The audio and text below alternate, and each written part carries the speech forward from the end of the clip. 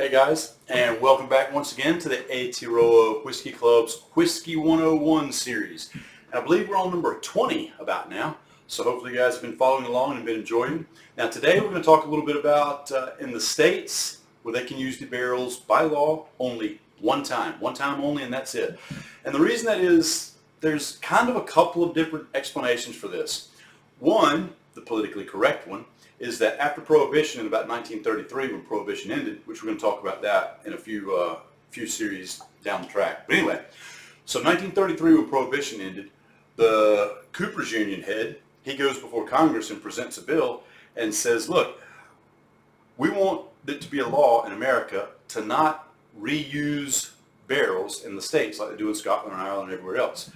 And Congress is like, well, maybe that's not such a good idea because you're going to be ripping our forests of all the trees and such.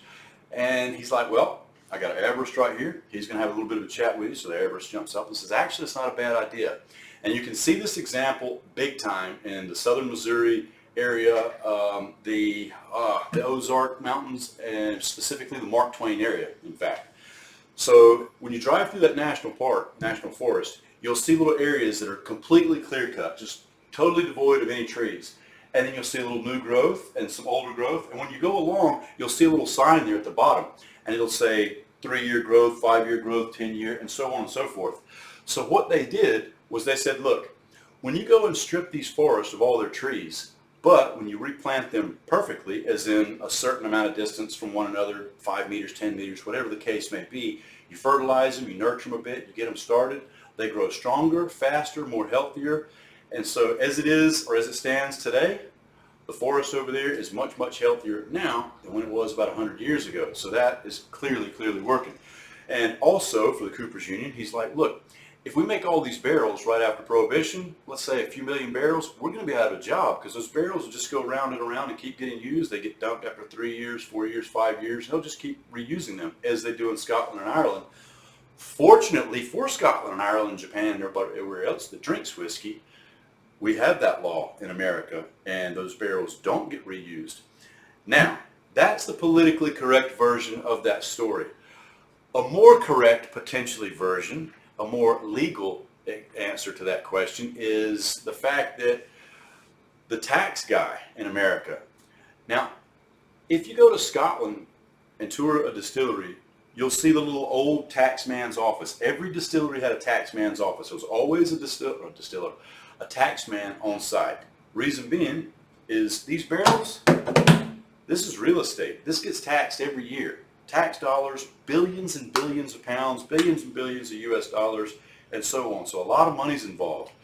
So in Scotland, every distillery had their own tax guy. So in America, to avoid that, they thought, well, all right, if every barrel that gets dumped and it's not going to be reused, they all get a stamp on them. So it's real easy to track and follow in the States. You dump that barrel, boom, there's your money, there's your tax, you're done, you're set. That barrel gets broken down, sent to sent to Scotland, sent to Ireland, sent to France, Japan, Taiwan, wherever they're making whiskey, that's where those barrels will get sent, those American oak barrels that had bourbon in them previously. So it worked out really well for the tax man when the old head of the Cooper's Union came up with this ingenious idea to not allow the U.S. to reuse these barrels. So that's kind of it in a nutshell. The two reasons, the tax man, because they want accountability for all their barrels that they're using, and it's real easy that way. When a barrel gets dumped, whether it's 2 years, 4 years, 10 years, it cannot be reused.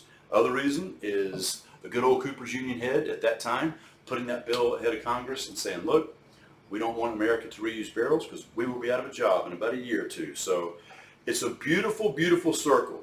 Trees are healthy and planted constantly in those forests where the oaks grow constantly, and they're more healthy now than they were after Prohibition when this whole thing started.